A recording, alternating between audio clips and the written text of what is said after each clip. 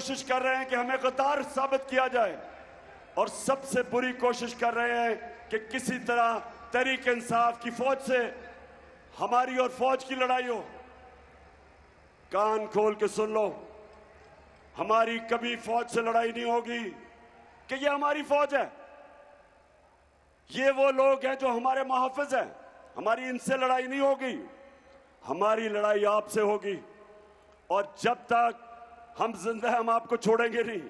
इनकी पूरी कोशिश है, इनकी पूरी कोशिश है, जब ये इक्तदार में नहीं थे, कि हमारी फौज को बुरा भला कहा जाए।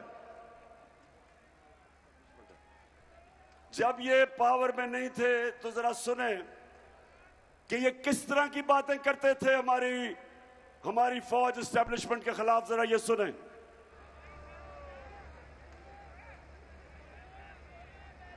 चेंज तो जिनकी वजह से होता है, जिनकी मदद से होता है, हम उनकी मदद नहीं लेना चाहते। और हम चाहते हैं कि अगली हुकूमत का फैसला पाकिस्तान की आवाम करे। के अदम एतमाद सौदे के बगैर मुमकिन नहीं होती। यहाँ पर अदम एतमाद को जो निज़ाम है एस्टेब्लिश बगैर मुमकिन नहीं है। कोई डील करके इक़्तिदार नहीं चाहते। पाकिस्तान में तहरीक अदम एतमाद उस सूरत में अमूमन कामयाब होती है जब इस्टेब्लिशमेंट आपकी पुष्ट पे हो। एस्टेब्लिशमेंत करती है, वो डील का नतीजा हुआ है। जब भी अदम एतमाद से होते हैं तो यकीनन डील करती है। इस्टेब्लिशमेंट के बगैर अदम एतमाद की तहरीक को कामयाब नहीं किया जा सकता, क्योंकि इस्टेब्लिशमेंट भी एक तीसरी कुव्वत के तौर पे या चौथी कुव्वत के तौर पे पार्लियामेंट में यानी मुकर्रम खुद जो है मौजूद है। तो इसका मतलब कि जब ये इक्तदार में नहीं होते, ये बुरा भला कहते हैं कि सारी बुराइयां इस्टेब्लिशमेंट की वजह से, और जब हुकूमत में आते हैं तो सारा वक्त कोशिश ये होती है कि दूसरों को केसेस करो, सहाफियों को अटैक करो, किसी ना किसी तरह हम सबको गंदा करो और हमें गद्दार कहो। गद्दार वो हैं जो इस मुल्क का पैसा चोरी करके मुल्क के बाहर ऑफशोर अकाउंट्स, महलात खरीदते हैं।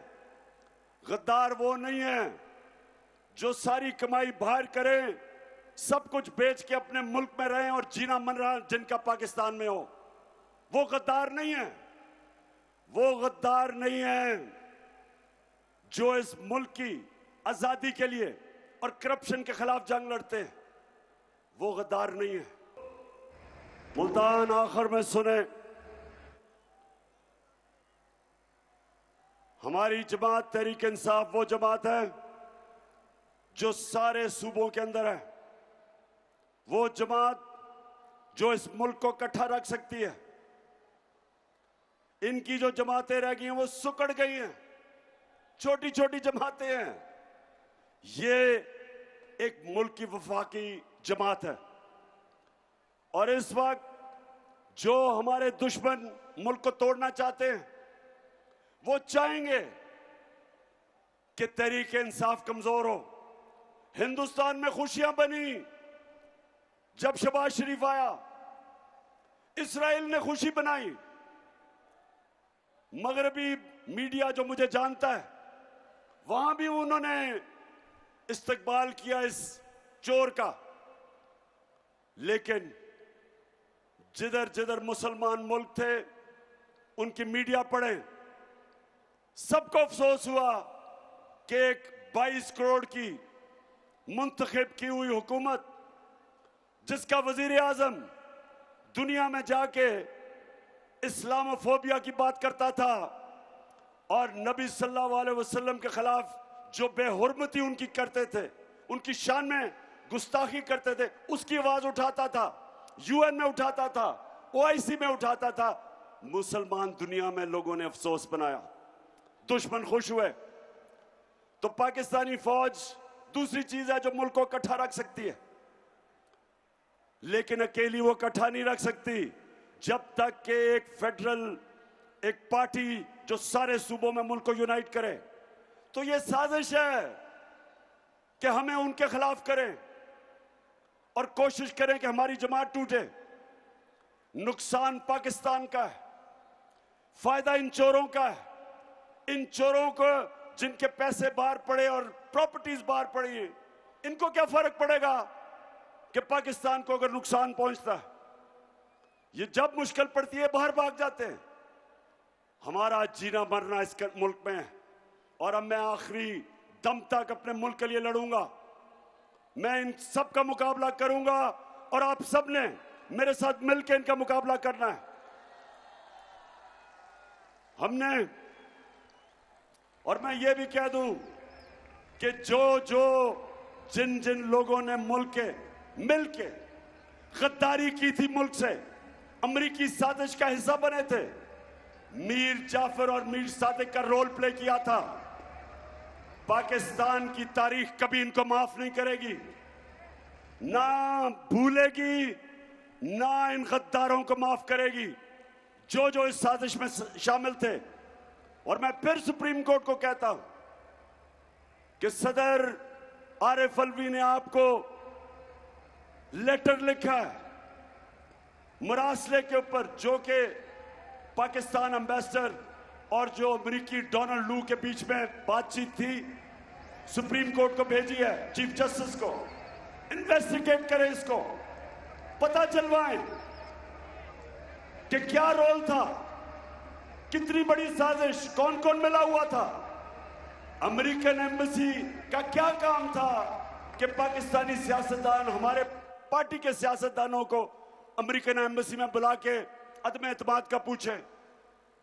उनका क्या काम था? कौन से दुनिया में एम्बेसी ये काम करती है? पूछे सुप्रीम कोर्ट उनसे। और ये भी पूछे कि डोनाल्ड लू ने जब हमारे एम्बेसडर को कहा था कि अगर तुम इमरान खान को नहीं निकालोगे तो पाकिस्तान को बड़ा मुश्किलों का सामना करना पड़ेगा।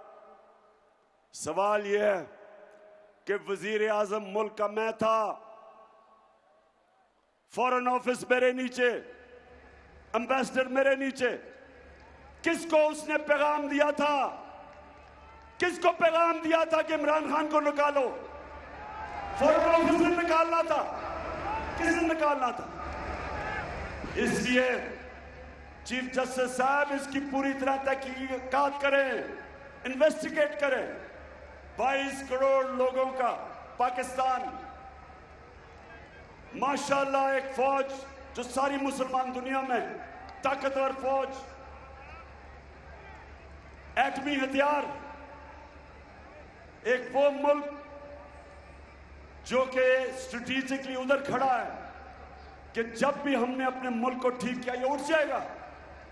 तो कौन थे वो लोग जिन्होंने साजिश करके एक मुल्क जो तरक्की कर रहा था 17 साल में, पिछले 2 साल में 17 साल के बाद सबसे ज्यादा तरक्की पाकिस्तान इकोनॉमिक सर्वे के मुताबिक हमारे 2 सालों में हुई थी। Exports record, tax collection record, 4 फसलें रिकॉर्ड, हमारी एक्सपोर्ट्स, टेक्सटाइल की रिकॉर्ड, इंडस्ट्री कितने सालों के बाद तेजी से सनत आगे बढ़ रही थी। हमारी आईटी एक्सपोर्ट्स 75% 2 सालों में बढ़ी थी। तो क्या कौन थे वो गद्दार जिन्होंने हमारी गवर्नमेंट गिरा के ये चोरों के ऊपर मुसल्लत किया? इसलिए आप सब ने तैयारी करनी है। 17 तारीख को इन लोटों को शिकस्त देनी है और आपने सबने जिम्मेदारी लेनी है। खास तौर पे मैं अपनी बहनों को कह रहा हूं कि औरतों के पोलिंग स्टेशन के ऊपर सबसे ज्यादा धांधली होती है। ये सिर्फ धांधली से हमें हरा सकते हैं, सिर्फ धांधली से। कौम सारी फैसला कर बैठी है, कौम खड़ी है इनके खिलाफ, चोरों के। आपने सबने अपना ये इसको इलेक्शन नहीं समझना, ये जहाद है।